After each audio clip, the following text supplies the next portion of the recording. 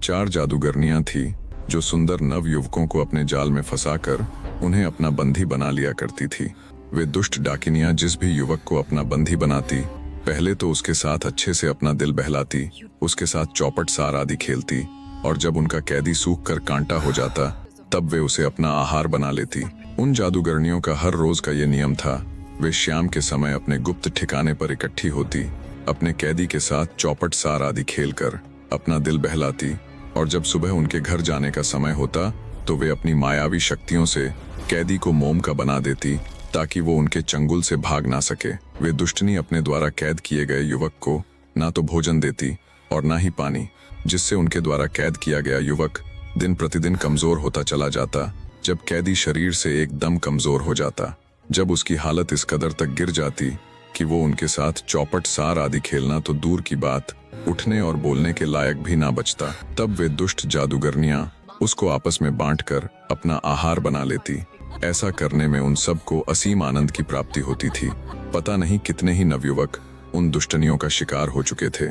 जिस नगर के जंगल में उन जादूगरनियों ने अपना ठिकाना बनाया हुआ था, उस नगर से कोसों दूर एक अन्य नगर में भीमसेन नाम का राजा राज करता था, जिसके 7 पुत्र थे। उस राजा ने ये प्रतिज्ञा कर रखी थी कि जिस व्यक्ति को 7 लड़कियां होंगी, उसी के यहाँ वो अपने 7 लड़कों का ब्याह करेगा।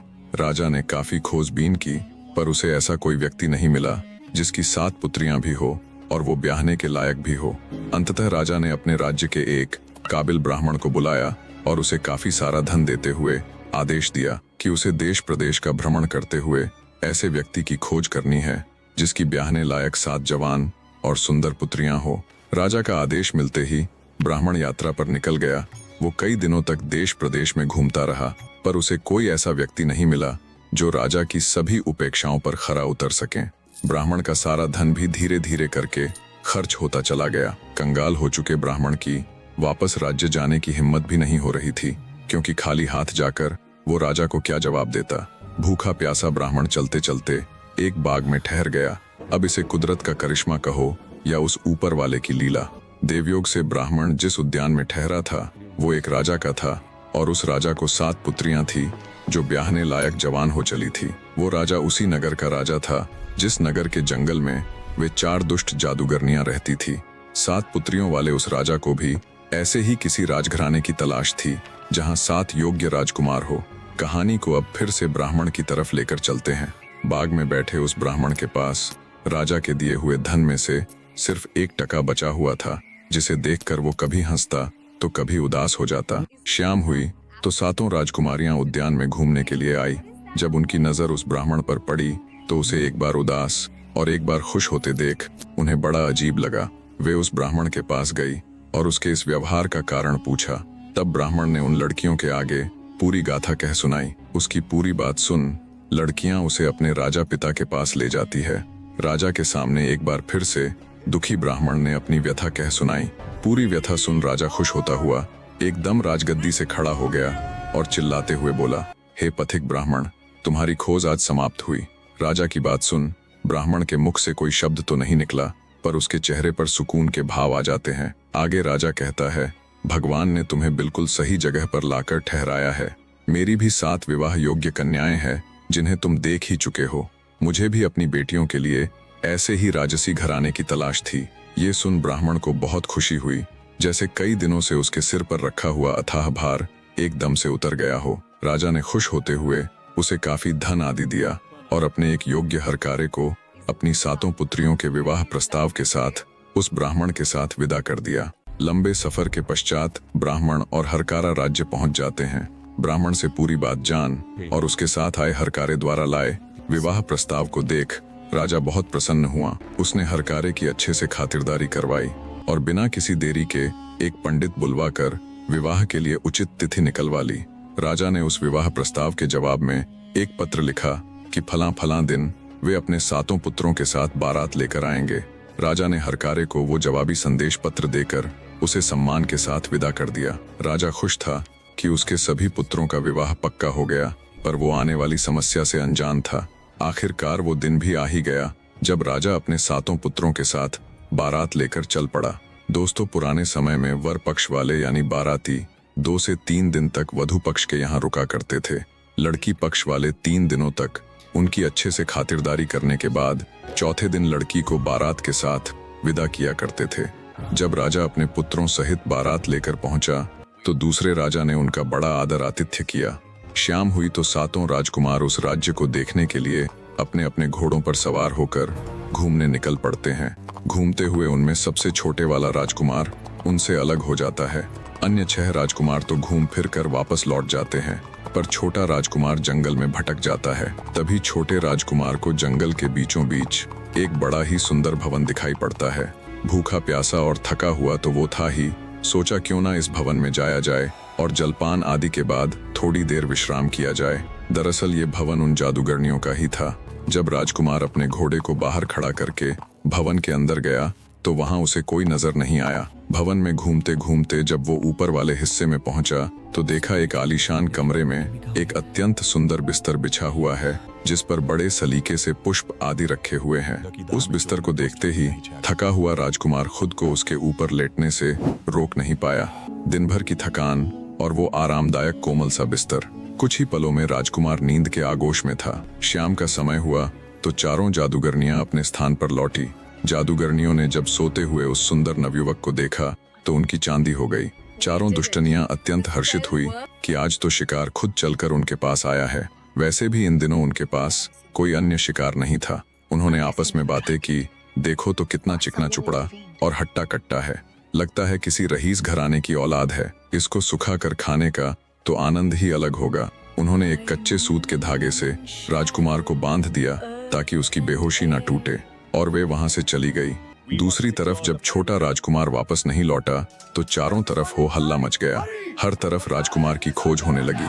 जब अत्यधिक खोजबीन के बाद भी राजकुमार का कोई पता ठिकाना नहीं चला तो उसके पिता ने लड़कियों के पिता के पास संदेश भिजवा दिया कि मेरा सबसे छोटे वाला पुत्र राज्य की रक्षा के लिए राजमहल में ही रुक गया है। अंततः छोटी राजकुमारी का विवाह राजकुमार की कटार के साथ कर दिया जावे। शुभ मुहूर्त आने पर शेष 6 राजकुमारों का विवाह पूरे विधि विधान के साथ हो जाता है और छोटे वाली राजकुमारी को राजकुमार की कटार संग फेरे दिलवाकर ब्याह संपन्न करवा दिया जाता है। राजा अपने 6 पुत्रों और 7 पुत्र वधुओं को लेकर वापस अपने राज्य में लौट आता है। राजमहल आने पर भी जब छोटी वाली बहू को अपने पति के दर्शन नहीं हुए तो वो बड़ी चिंतित हुई। दासियों आदि से पता करवाने के बाद भी उसे कोई संतोषजनक उत्तर नहीं मिला, जिससे छोटी रानी को ये पूर्ण विश्वास हो गया कि उसके पति के साथ जरूर कोई अप्रिय घटना घटी है।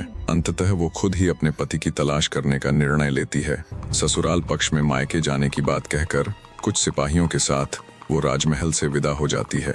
काफी दूर आने के बाद उसने उन सिपाहियों को लौट जाने का हुक्म दिया और खुद मर्दाना वेश धारण कर अपने राज्य की तरफ चल पड़ी। जब उसने पीछे बीती हुई कुछ बातों पर गौर किया, जिसमें उनके राज्य से कुछ नवयुवकों का गायब होना और जिस दिन राजकुमार उनके नगर आए थे उनका नगर भ्रमण के लिए निकलना, रानी ने विचार किया कि वे नगर में घूमते घूमते अवश्य ही जंगल की तरफ भी गए होंगे। लंबी यात्रा के पश्चात छोटी रानी अपने नगर के बाहर स्थित जंगल में पहुंच जाती है। जब वो जंगल की थोड़ी गहराई में गई तो उसे भी वही आलीशान भवन दिखाई दिया, जिसके बाहर एक शाही घोड़ा भी खड़ा था। दोस्तों, घोड़ा एक ऐसा पालतू जानवर होता है जो अपने मालिक को छोड़कर कहीं नहीं जाता। तो राजसी घोड़े को उस भवन के बाहर देख छोटी रानी का शक यकीन में बदल गया। हो ना हो राजकुमार भी यहीं पर मिलेगा। अपने घोड़े को खड़ा कर बड़ी सावधानी के साथ रानी भवन में प्रवेश करती है। उसे भी वहां कोई नजर नहीं आया, पर जब देखते देखते वो ऊपर वाले कक्ष में पहुंची तो अपने पति को अचेत अवस्था में लेटे पाया। उसका शरीर सूख कर बिल्कुल करकश हो गया था, क्योंकि जादूगरनियां उसे अपना आहार बनाने के लिए सूखा रही थी। वे चारों अपने नित्य समय पर आती और छोटे राजकुमार के साथ चौपट सार आदि खेलती और जाने के समय उसे उस जादुई सूत के धागे से बांध देती। तो छोटी रानी ने जब सूत से बंधे हुए अपने बिल्कुल शिथिल पड़ चुके पति की हालत देखी तो उसे रोनी आ गई। किसी तरह उसने खुद को संभाला और राजकुमार का वो सूत का धागा तोड़ दिया। धागे के टूटते ही राजकुमार तुरंत उठकर बैठ गया।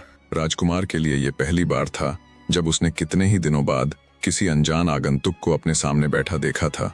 छोटी रानी ने कुछ सोचते हुए अपने पति के आगे ये भेद नहीं खोला कि वो कोई और नहीं बल्कि उसकी विवाहिता पत्नी ही है। मर्दाने वेश में रानी अपने राजकुमार पति से जब उसकी इस हालत की वजह पूछती है, तब निहित कमजोर हो चुका राजकुमार अपनी पूरी व्यथा उस आगंतुक रूपी रानी के सामने कह सुनाता है। आगंतुक बोला, तुम चिंता मत करो मेरे यार, आज से मैं और तू यार रहे। मैं इसी नगर के एक साहूकार का पुत्र हूँ। मैं बहुत जल्द ही तुम्हें यहाँ से निकाल कर ले जाऊंगा। आगंतुक की बात सुन राजकुमार को बहुत तसल्ली मिली। जब जादूगरनियों के आने का समय हुआ तो रानी अपने पति से कल आने का वायदा करके विदाई लेती है। अब रानी का ये नित्य नियम बन गया था कि वो दिन के समय मर्दाना वेश में अपने पति के पास जाती और उसे अच्छे अच्छे मेवे और व्यंजन खिलाती, जिससे जल्दी ही राजकुमार का शरीर फिर से भरने लगा। जादूगरनियों ने जब उसे दिन प्रतिदिन हट्टा कट्टा होते देखा तो उन्होंने विचार किया कि हमारे पीछे से यहाँ जरूर कोई घुसपैठिया, कोई चोर आता है, अन्यथा हम इसे खाने के लिए बिना अन्न व जल दिए सुखाने का प्रयत्न कर रही है, और ये बिल्कुल उसके उल्ट फलता फूलता जा रहा है। वे तुरंत राजकुमार को लेकर 7 समुंदर पार अपने ठिकाने पर चली गई। अगले दिन जब रानी वहां आई तो उसे वहां कुछ न मिला। ये देखकर उसके पैरों नीचे से जमीन खिसक गई। उसने विचार किया कि उसके पति के सुधरते स्वास्थ्य को देख जरूर उन दुष्ट जादूगरनियों को शक हो गया होगा। उसी जंगल में एक मुनि रहते थे। दुखी मन से रानी घूमते घूमते जब मुनि के पास पहुंची तब उसकी रुदन भरी शक्ल देखकर मुनि जी सारा माजरा समझ जाते हैं और उसके कुछ बोलने से पहले ही उसे उन दुष्ट जादूगरनियों के ठिकाने के बारे में बता देते हैं। मुनि जी की बात सुन रानी और अधिक चिंतित हो जाती है और कहती है, हे ऋषिवर, मैं 7 समंदर पार भला कैसे जा पाऊंगी, और अगर मैं वहां नहीं जा पाई तो वे दुष्ट जादूगरनियां मेरे पति को जिंदा नहीं छोड़ेंगी। हे महाराज, अब आप ही मेरी मदद कर सकते हैं। तब मुनि जी बड़े ही शांत स्वर में बोले, घबराओ मत बेटी, मैं तुम्हें एक ऐसा लेप दूंगा जिसे पैरों पर लगाने के बाद तुम समुद्र के पानी के ऊपर चल सकती हो। न केवल वो लेप तुम्हें डूबने से बचाएगा बल्कि तुम्हारी चलने की गति को भी कई गुना तेज कर देगा, जिससे तुम दिनों के सफर को घंटों में तय कर पाओगी। मुनि की बात सुन रानी को कुछ शांति मिली। मुनि जी को कोटि कोटि प्रणाम कर उसके द्वारा दिए गए लेप से वो कुछ ही घंटों में उसी ठिकाने पर जा पहुंची जहां उन दुष्टनियों ने उसके पति को कैद किया हुआ था। दरअसल उन जादूगरनियों ने अब की बार राजकुमार को एक बहुत ही ऊंचे बुर्ज में बंद किया हुआ था, जिसकी ना तो कोई सीढ़ियां थी और ना ही कोई अन्य रास्ता। थकी हारी चिंतित रानी बुर्ज के नीचे बैठ जाती है। जब आधी रात हुई तो एक चकवा और चकवी आपस में बात कर रहे थे। चकवे ने कहा, जो कोई मेरी बीट को अपने शरीर पर धारण कर ले उसका पुराना से पुराना रोग भी कुछ ही पलों में ठीक हो जाएगा। रानी उनकी बात सुन रही थी। जैसे ही सुबह हुई उसने चकवे की बीट को चुग कर अपने पास रख लिया और बीच समुंदर बसने वाले उस नगर में निकल पड़ी। नगर में घूमते घूमते पूछताछ करने पर रानी को पता चला कि चारों जादूगरनियों के बाप किसी न किसी भयंकर रोग से पीड़ित है। ये जानकर रानी ने एक योजना बनाई और योजना अनुसार एक वैद्य का वेश धारण कर उन जादूगरनियों में से एक घर के आगे से आवाज लगाते हुए घूमने लगा, गंजापन, बहरापन, अंधापन या कोई भी रोग हो पल भर में ठीक कर दूंगा। वैद्य की आवाज सुनते ही जादूगरनी का कोढ़ी बाप बाहर आया और वैद्य को आवाज लगाकर उसे अपने घर बुला लिया। कोढ़ से उसके सारे अंग गल चुके थे, जिसके कारण खड़ा होना भी उसके लिए अत्यंत कठिन था। वैद्य ने चकवे की वो बीट पीस कर उस कोढ़ी के सारे शरीर पर लगा दी। कुछ ही पलों में किसी करिश्मे की भांति उस कोढ़ी का सारा कोढ़ गायब हो गया और वो एकदम स्वस्थ हो गया। मारे खुशी के वो तुरंत वैद्य के चरणों में गिर गया और बोला, तुम्हारा ये एहसान मैं कभी नहीं चुका पाऊंगा, पर एक छोटी सी भेंट के तौर पर मैं अपनी इकलौती पुत्री का विवाह तुम्हारे साथ करवाना चाहता हूँ। कृपया मेरी इस भेंट को स्वीकृत कीजिए वैद्य जी। वैद्य ने उसका प्रस्ताव स्वीकार कर लिया और जादूगरनी के साथ विवाह कर लिया। विवाह पश्चात वैद्य ने जादूगरनी के पिता से कहा, अभी मुझे कुछ अधूरे काम निपटाने हैं, एक बार मैं उन्हें पूरा कर लूं, फिर वापस आकर अपनी पत्नी को अपने संग ले जाऊंगा। इतना कहकर वैद्य जादूगरनी के पिता से विदा लेता है। जादूगरनी के यहाँ एक रिवाज था कि विवाह के बाद वो तब तक घर से नहीं निकल सकती थी जब तक उसका पति उसे अपने साथ नहीं ले जाता। अंततः अब राजकुमार के पास एक जादूगरनी का आना बंद हो गया। अब बाकी बची हुई तीनों जादूगरनियां राजकुमार के पास जाने लगी। उनमें दूसरी जादूगरनी का पिता अंधा, तीसरी का बहरा और चौथी जादूगरनी का पिता गंजा था। वैद्य ने एक एक करके तीनों के पास जाकर उन्हें उनके रोगों से मुक्त कर दिया। वो जिस जिस जादूगरनी के पिता का रोग ठीक करता गया उसने उसके साथ अपनी लड़की का विवाह कर दिया। इस प्रकार वैद्य रूपी रानी उन चारों दुष्ट जादूगरनियों से विवाह कर लेती है, जिससे चारों जादूगरनियों का राजकुमार के पास जाना बंद हो जाता है। अब रानी बिना किसी रोक टोक के अपने पति के पास जाने लगी। फिर उसने विचार किया, ये सब ज्यादा दिन नहीं चलने वाला, किसी ना किसी दिन तो वो पकड़ी जाएगी। अंततः वो चारों जादूगरनियों से एक एक करके मिला और उनसे कहा कि अब वो वापस अपने स्वदेश जाने वाला है। वो जिस जिस जादूगरनी के आगे स्वदेश जाने का जिक्र करता गया, वो जादूगरनी कहती कि वो उसे भी अपने साथ ले चले। पहली बोली, मेरे पिता के पास उड़न खटोला है, जब हम चलने लगे तो तुम मेरे पिताजी से वो उड़न खटोला मांग लेना।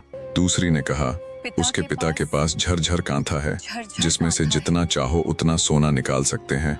अंततः तुम मेरे पिताजी से चलते समय उसे मांग लेना। तीसरी के पिता से लगलग घोटा और चौथी के पिता से संजीवनी बूटी। वैद्य ने वे चारों चीजें हथिया ली और अपनी जादूगरनी पत्नियों से कहा कि मेरे साथ मेरा एक मित्र है, वह तुम्हें उड़न खटोले में बैठने नहीं देगा। अंततः अगर तुम सब भी मेरे साथ चलना ही चाहती हो तो एक एक करके तुम चारों उड़न खटोले के चारों पायों पर लटक जाना। इस तरह मेरे मित्र को बुरा भी नहीं लगेगा और हम सब मेरे देश भी पहुंच जाएंगे। चारों को वैद्य जी की बात उचित लगी। वैद्य रूपी रानी ने अपने राजकुमार पति को उड़न खटोले पर बिठाया और उसके संग चल पड़ी। चारों जादूगरनियां भी उस उड़न खटोले के चारों कोनों के पावों को पकड़कर लटकी हुई थी। जैसे ही वे बीच समुद्र पहुंचे, वैद्य ने राजकुमार को इशारा कर दिया। वैद्य का इशारा पाते ही राजकुमार ने एक एक करके चारों जादूगरनियों के हाथ काट दिए, जिससे चारों हाय हाय करती हुई समुद्र में गिर पड़ी। वैद्य रूपी छोटी रानी अपने राजकुमार पति के साथ सकुशल राजमहल पहुंच गई। राजमहल जाने पर उसने राजकुमार के आगे पूरी बात का भेद खोल दिया और अपने असली यानी रानी के रूप में आ गई। अपनी पत्नी की साहस से भरी पूरी गाथा सुन राजकुमार के आनंद की सीमा नहीं रही। ऐसी पत्नी पाकर वो धन्य हो गया, पर एक सवाल अब भी उसे मन ही मन खाए जा रहा था। उसने अपनी पत्नी से पूछा, जब तुम शुरू वाले दिन साहूकार के बेटे के रूप में मुझसे आकर मिली थी, तुमने तभी मुझे आजाद क्यों नहीं करवाया? रानी बोली, हाँ, तब मैं चाहती तो तुम्हें आजाद करवा सकती थी, पर फिर वो दुष्ट जादूगरनियां पता नहीं कितने ही और पुरुषों को निगल कर उनकी जीवन लीला समाप्त करती। मैं शुरू से ही ऐसे किसी मौके की तलाश में थी कि उनका हमेशा के लिए काम तमाम कर पाऊं। अपनी साहसी और बुद्धिमती पत्नी की बात सुन राजकुमार का सर और अधिक गर्व से ऊंचा हो गया। पूरे राज्य भर में आनंद उत्सव मनाया गया।